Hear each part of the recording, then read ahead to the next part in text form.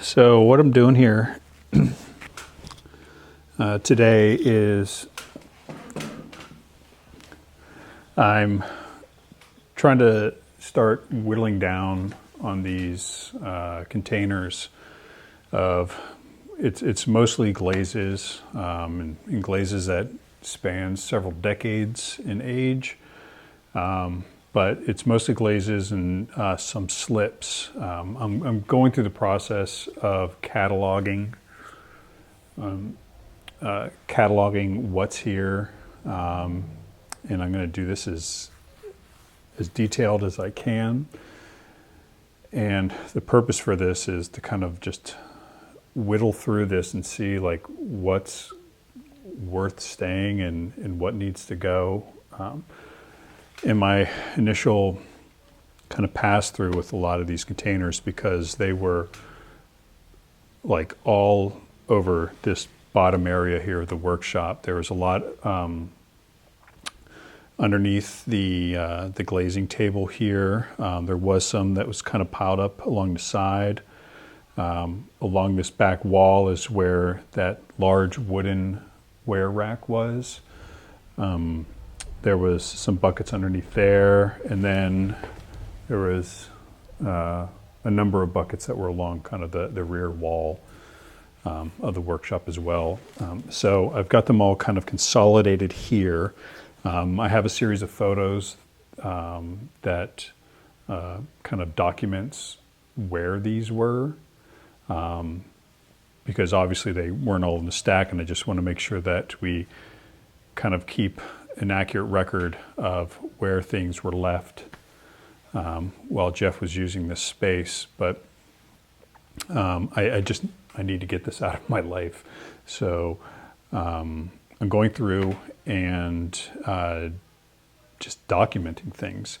I had started this process a number of months ago, but as I believe I've complained about before, this building doesn't have any heat, so like typing things down here for any kind of extended period of time was miserable. Like my hands it couldn't take it. But anywho, I just want to kind of show you what it is that I'm doing. I'll bring this closer. See if this can focus in or not. Yeah, that looks pretty good. Okay, so I'm going to scroll up here. So what I'm doing is I'm putting down the name of essentially like what the label is that's on the container, where the container was found. So this DS11 stands for downstairs, section 11, and I have a map drawn out of what that means. The container size, so that's 1 cup. How much material's in there? So in this case, it's under 5%. The condition of the material, it was dry.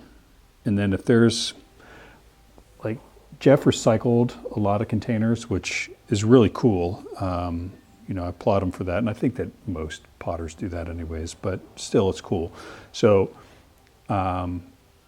if the container was saved from a particular area, I marked that down as well. So this one says Gannon's Gourmet Foods. Some other examples here are, let's see here. We have Wegmans New England Clam Chowder. So that was in a 1 pint thing. He was definitely a fan of Wegmans soup. I don't blame him. It's pretty good.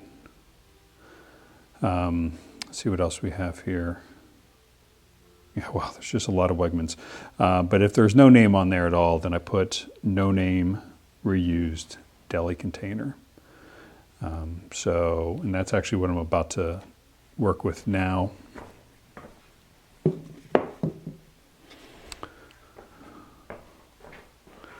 So I know the light isn't spectacular here, but so like I'll write down all this. So you got cobalt 25, so on and so forth. Kirksley borate, it looks like a 20. Chrome 2. And this container is, I believe this is 1 pint. But so I'll write down all this information, write down the size of the container. This is a no-name deli container. And then if we open it,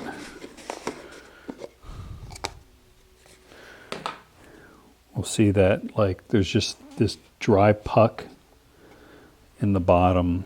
So I'll put that down as dry and less than 5%. And I really don't know if there's much use of trying to rehydrate this,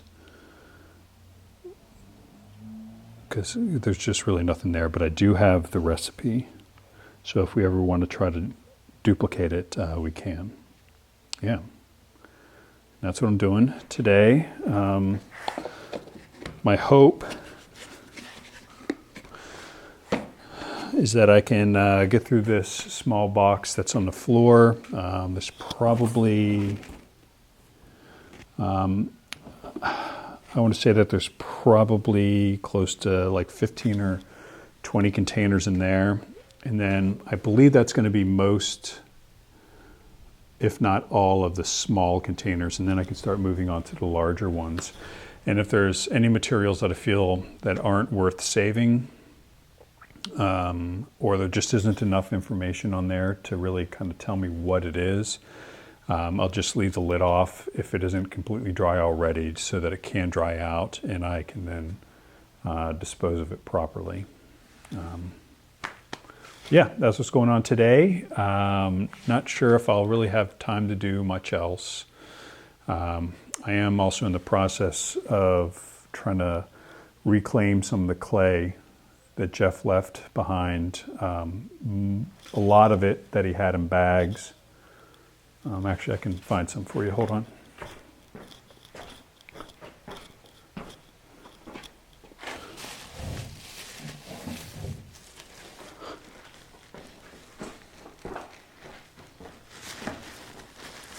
I know I had an Instagram post about these before, but so it's this reprocessed clay. So there's the 4 logs that had come out of his pug mill, but it's hard as a rock. So what I'm going to do is rehydrate this.